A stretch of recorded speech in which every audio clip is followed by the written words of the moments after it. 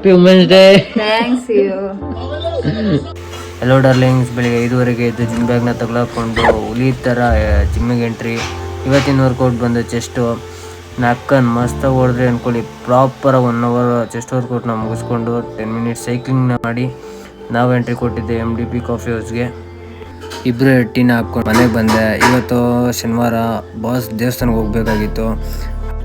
ಅದಕ್ಕೂ ಮುಂಚೆ ನಮ್ಮನೇಲೇ ಇರೋ ಒಂದು ದೇವ್ರಿಗೊಂದು ನಮಸ್ಕಾರ ಹಾಕ್ಕೊಂಡು, ಇವತ್ತೇನಪ್ಪ ವಿಷಯ ಅಂದರೆ ಅಂತಾರಾಷ್ಟ್ರೀಯ ಮಹಿಳಾ ದಿನಾಚರಣೆ. ಅದಕ್ಕೆ ನಾವು ಅಮ್ಮಂಗೆ ಒಂದು ವಿಶ್ ಮಾಡಿ ಟೆಂಪಲ್ಗೆ ಹೋಗ್ಬೇಕಿದ್ರೆ ಸೋಮವಾರ ಅಮ್ಮನೂ ಸಿಕ್ಕಿದ್ರು, ಅವ್ರಿಗೊಂದು ವಿಶ್ ಮಾಡಿ ಟೆಂಪಲ್ಗೆ ಬಂದೆ. ನಮ್ಮ ಬಾಸ್ಗೊಂದು ನಮಸ್ಕಾರ ಹಾಕಿ ನಮ್ಮ ಫಾಲೋವರ್ಸ್ಗೆ ಎಲ್ರಿಗೂ ಒಳ್ಳೇದಾಗಲಿ ಅಂತ ಕೇಳ್ಕೊಂಡು ನಾವು ಹೋಗಿದ್ದೆ ಶ್ರೀಶೈಲಂ ಬೀಚ್. ಟೇಸ್ಟ್ ಅಂತೂ ಅಲ್ಟಿಮೇಟ್ ಆಗಿತ್ತು. ನಮ್ಮ ಫ್ರೆಂಡ್ ಮನೇಲಿ ಸ್ವಲ್ಪ ಕೆಲಸ ಇತ್ತು, ಅದನ್ನ ಮುಗಿಸ್ಕೊಳ್ಳೋ ಅಷ್ಟರಲ್ಲಿ ಮಧ್ಯಾಹ್ನ ಆಯಿತು. ನಮ್ಮ ಫ್ರೆಂಡ್ ಫುಡ್ನ ಆರ್ಡರ್ ಮಾಡ್ದ ಎಂಪೈರಲ್ಲಿ.